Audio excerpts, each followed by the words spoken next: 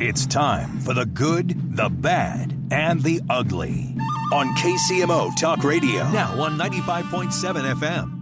I don't know if I've ever had this as a good, but I got an email from a listener that I want to share with you that I will make the good here on KCMO Talk Radio.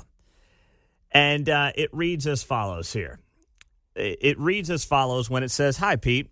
I just started my second season working at the legendary local institution," and I will save the name to not share it on the air, but it's a nursery here in the Kansas City area.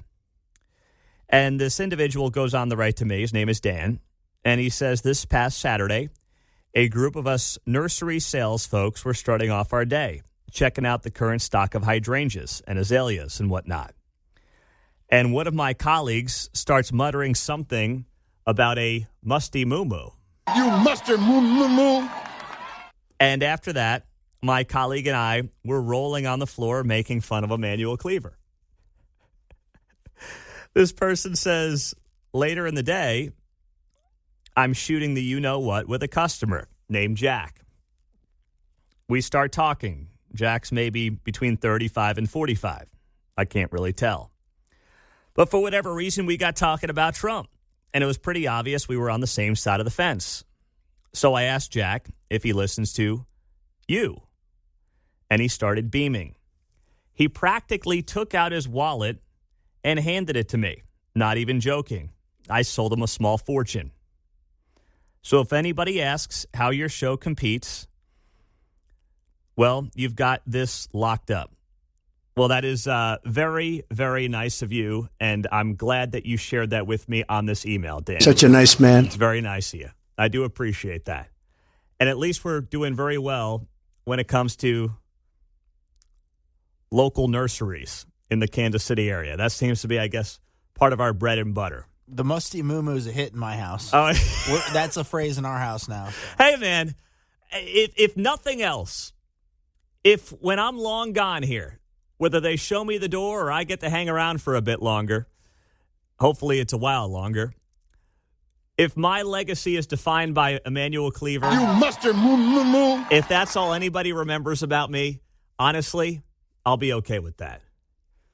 If that's the only thing, as we started year 8 of this show last week, that anybody has any memory of on this show, I will end my career here at KCMO with a lot of peace. Because that drop, of all the drops, and we've got dozens of them that we've used on the show over the years, that one may take the cake. Because it made no sense, it's local, and frankly, it exposes Emmanuel Cleaver for what he has frankly in large part always been, an empty suit. And that is one of the nicest things I can say. And I'll just leave it at that. But thank you, Dan. As the show continues to grow, it's nice to receive emails like that. And just so you know, Dan, you are not. You mustard moo-moo-moo. Despite what some of your colleagues may say at the nursery, you are not a musty moo-moo-moo. The bad from the weekend.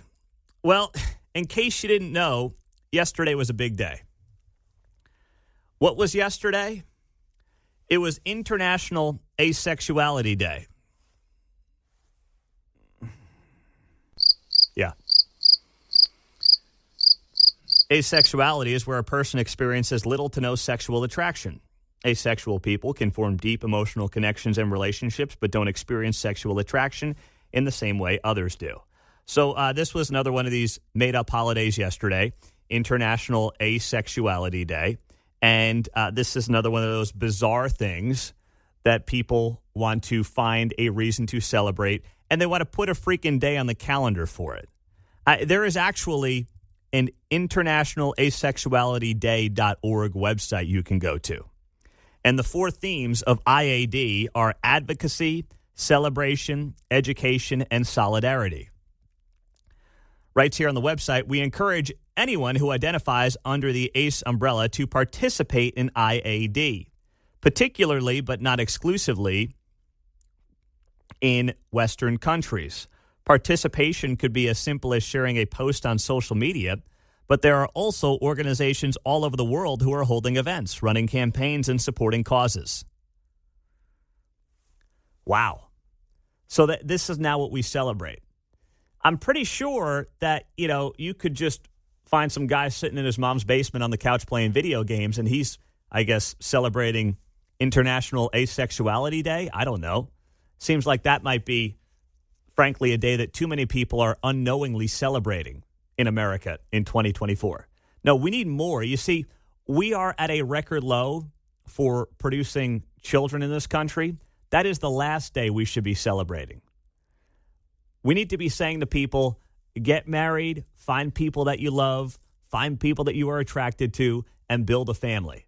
Not celebrating International Asexuality Day, which might be the worst of the worst because it means that, you're just not attracted to anything. I don't even get it. It's just bizarre to me. So that's the bad from the weekend. The ugly, these protests down on the plaza and around the country, the hands-off protests, as they were called and dubbed, 50 states had these hands-off protests over the weekend, including on the plaza, and it wasn't exactly a Mensa convention. They say the issues are too many for signage. I'm worried about our kids. I'm worried about their education. I'm really nervous for the people that have less money. Democracy is what it's all about. There's too much under attack right now. Others say they wanted to be here to protest the latest rounds of tariffs. They say this last week has hit Americans hard, especially those that count on the retirement. My parents have lost all of their 401k. They have to start all over again, and they're nearing 70. If you're nearing 70 and you just lost your entire 401k, what the heck have you been doing? It doesn't make any sense. We'll get to more of this coming up next hour. But my gosh, when you hear some of these people yelling into the local TV microphones, and that audio is courtesy of Channel 9 KMBC, good job by them finding every buffoon they could find and putting them in the one news package. That's tough work to do.